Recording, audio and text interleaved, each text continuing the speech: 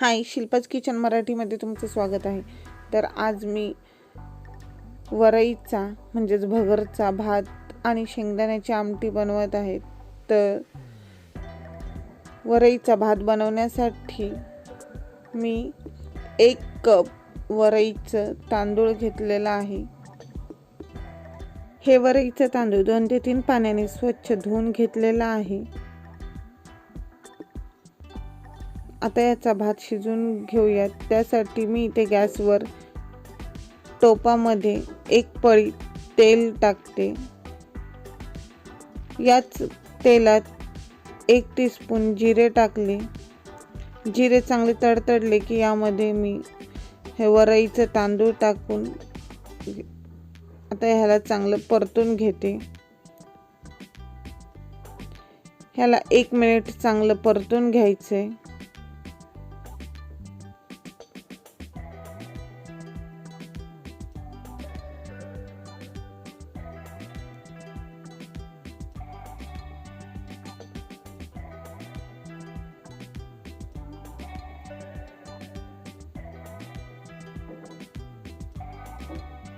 तांदूळ चांगलं परतून झालंय। आता यामध्ये तांदळाच्या दुप्पट पाणी मी इथे टोपामध्ये टाकते।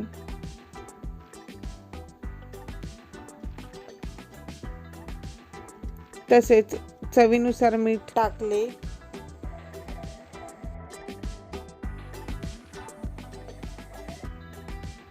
याला मिक्स करून घेते आणि याची एक चांगली उकळी काढायचे।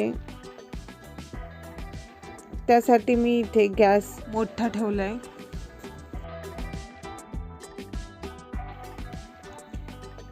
हे पहा, भाताला चांगली उकळी आलेली आहे। आता गॅस स्लो करून यावर मी झाकण ठेवून याला 5 मिनिटे शिजून देणार आहे।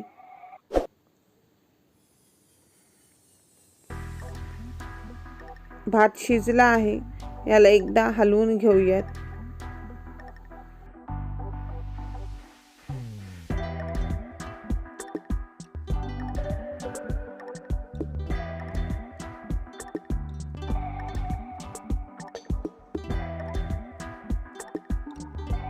गॅस बंद केला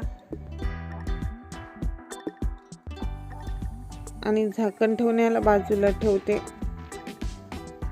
आता शेंगदाण्याची आमटी करून घेऊयात। त्यासाठी मी इथे कढईमध्ये 1 पळी शेंगदाण्याचे तेल टाकते। तेल चांगलं गरम झालं की यामध्ये मी 1 टीस्पून जिरे टाकले। जिरे चांगले तडतडले की 2 बारीक चिरलेल्या हिरव्या मिरच्या देखील टाकल्यात। आता याला थोडंसं परतून घेते।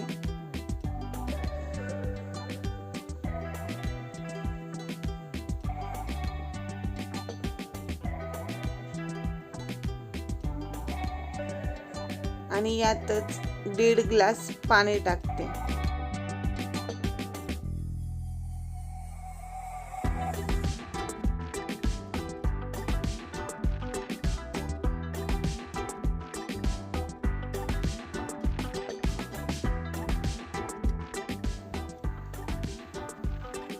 पाणी चांगलं उकळले। आता यामध्ये चवीनुसार मीठ आणि 2 चमचे दही टाकते।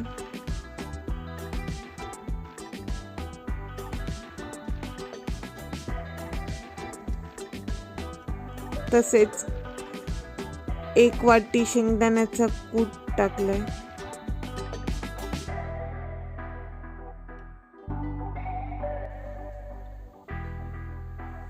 आता याला 5 ते 7 मिनिटे चांगले शिजून देणार आहे।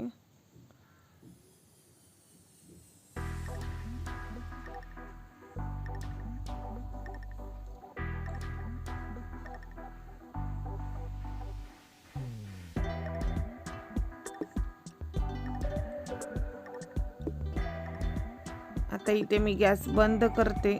तयार झाली आपली शेंगदाण्याची आमटी। आता आपण सर्व करूयात। त्यासाठी मी इथे एका प्लेटमध्ये वरईचा म्हणजेच भगरचा उपवासाचा भात काढते।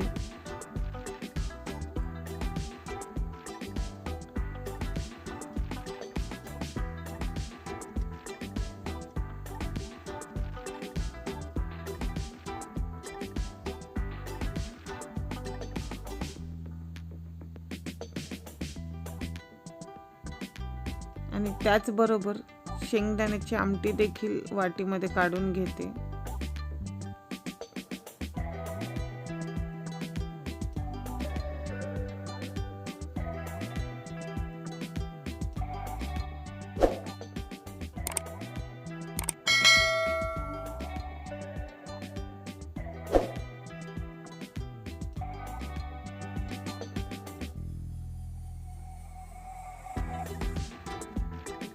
तर तुम्हाला ही शेंगदाण्याची आमटी आणि भगरचा भात कसा वाटला तो मला कमेंटमध्ये सांगा। जर आवडला तर व्हिडिओला लाईक करा, शेअर करा आणि चॅनलला सबस्क्राईब करा।